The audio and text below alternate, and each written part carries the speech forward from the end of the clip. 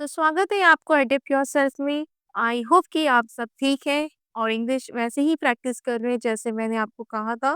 तो चलिए आज एक दूसरी कन्वर्सेशन वीडियो लेकर आई हूँ। तो चलिए आज हम आगे बढ़ते हैं और दूसरी एक पैसेज को ट्रांसलेट करते हैं। सो आप रेडी हैं पेन एंड पेपर के साथ?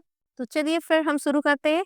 अगर आपको ये वीडियो अच्छी लगी तो ज़रूर से ज़रूर सब्सक्राइब कीजिए और उसे उन लोगों को शेयर कीजिए जिन्हें इनकी ज़रूरत होगी। ठीक है? चलिए स्टार्ट करते हैं। Excuse me, is this seat free?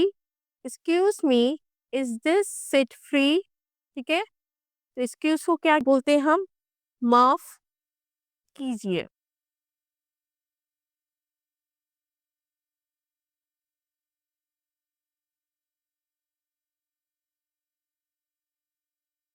माफ़ कीजिए, मी का क्या होगा? मुझे। माफ़ कीजिए मुझे, कॉमा, इसका होगा है, दिस का होगा य, सीट को हम सीटी लिखते हैं, फ्री को हम खाली, क्वेश्चन मार्क। ठीक है? ये क्वेश्चन है, तो ये क्या होगा? तो यहाँ पे हम एक और क्वेश्चन याद करेंगे, क्या? क्या ये सीट खाली है? तो यहाँ पे हम क्या से हमारी क्वेश्चन शुरू होती है? मुझे माफ़ कीजिए, एक्सक्यूज़ मी, मुझे माफ़ कीजिए, क्या ये सीट खाली है या ये सीट खाली है क्या? ठीक है? I am travelling to the city today. I am travelling to the city today. So I क्या होगा? मैं, एम हूँ, ट्रैवलिंग यात्रा कर रहा हूँ या कर रही हूँ। अगर आप लड़की है तो रही हूँ और लड़का है तो रहा हूँ। ठीक है? चूक की ओर,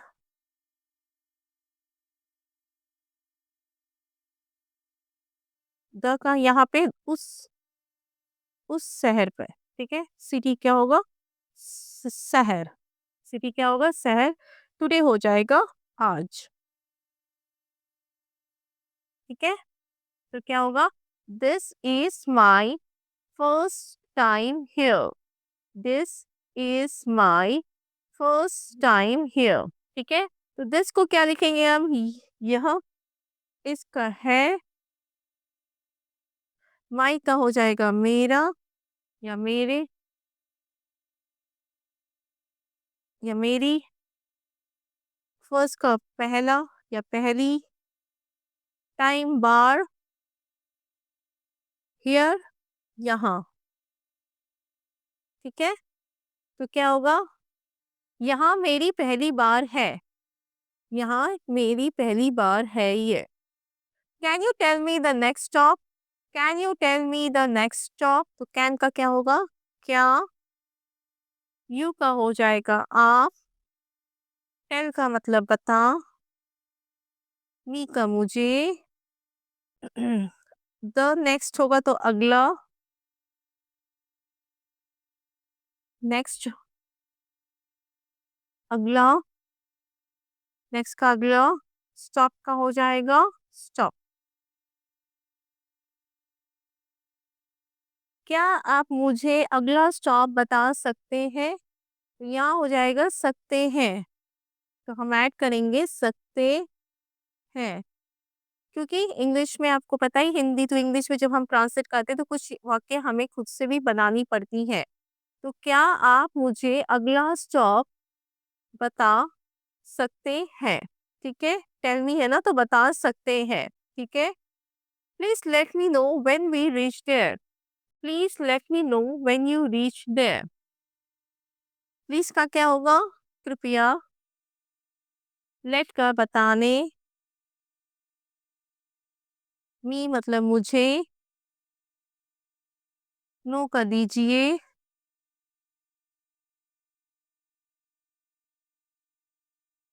व्हेन मतलब जब,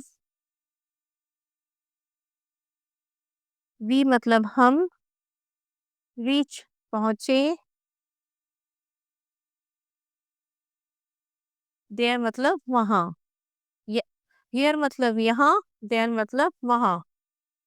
तो ये क्या होगा? कृपया मुझे बता दीजिए जब हम पहुंचे वहां। तो यहाँ बताने नहीं होंगे, ये बता हो जाएगा, ठीक है? कृपया मुझे बता दीजिए जब हम वहाँ पहुँचे। कृपया मुझे बता दीजिए जब हम वहाँ पहुँचे, ठीक है? I don't want to miss it. I don't want to miss it. I हो जाएगा मैं, डोंट हो जाएगा नहीं, वांट होता है चाहता हूँ या चाहती हूँ, सॉरी। टू का की, मिस मतलब छूट जाए,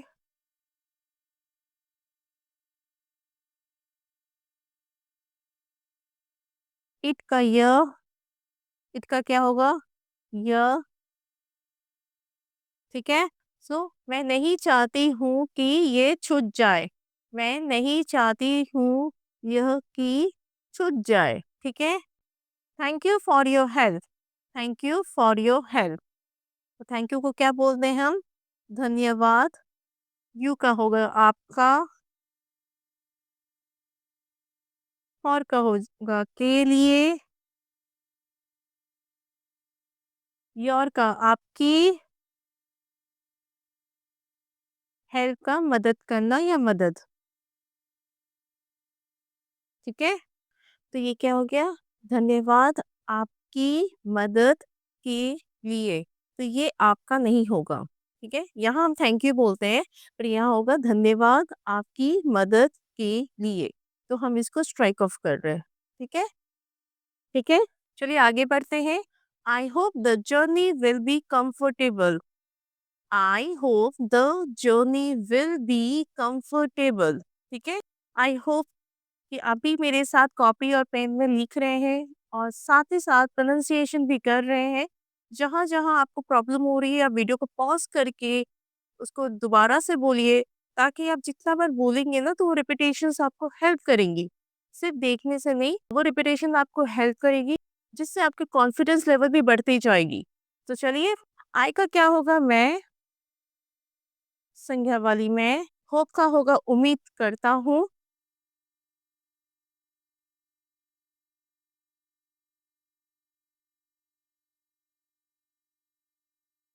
करता हूँ या करती हूँ। द का हम लिखेंगे य, द का हम लिखेंगे य, जर्नी का यात्रा, विल का होगी, बी का हो, कंफर्टेबल का आरामदायक, कंफर्टेबल का आरामदायक,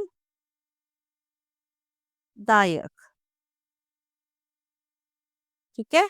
इसका क्या होगा? मैं उम्मीद करता हूँ कि यह यात्रा आरामदायक होगी।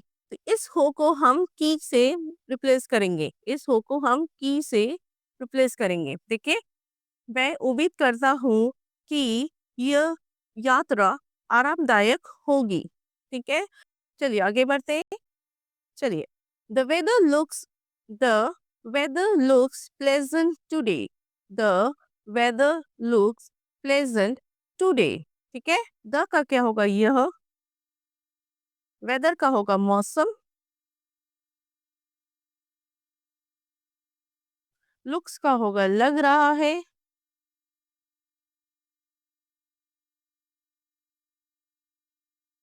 प्लेजेंट मतलब सुहावना, टुडे का आज, प्रेजेंट टेंस आज, ठीक है? तो क्या होगा? यह मौसम आज सुहावना लग रहा है, यह मौसम आज सुहावना लग रहा है, ठीक है? Next, I am carrying light luggage, I am carrying light luggage. यहाँ लाइट मतलब ट्यूब लाइट नहीं, यहाँ पे लाइट मतलब हल्की, ठीक है? आई का क्या हो जाएगा? मैं, एम का हूँ,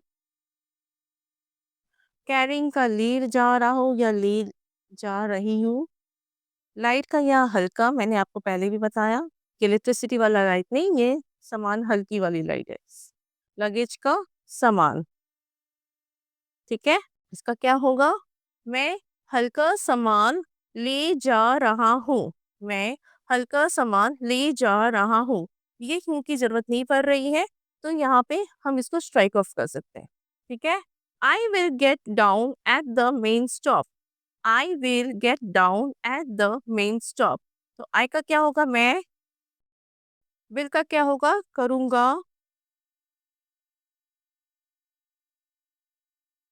get का क्या होगा? उतारूँगा। get down, ठीक है?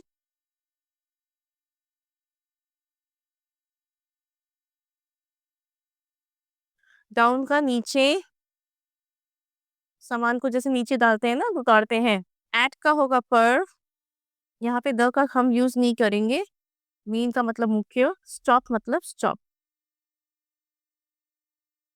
ठीक है?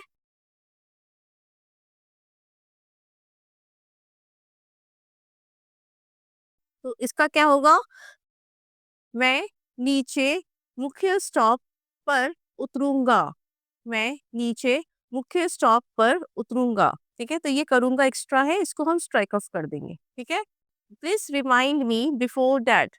Please remind me before that, ठीक है? सो प्लीज का क्या होगा? कृपया। रिमाइंड का याद दिलाना।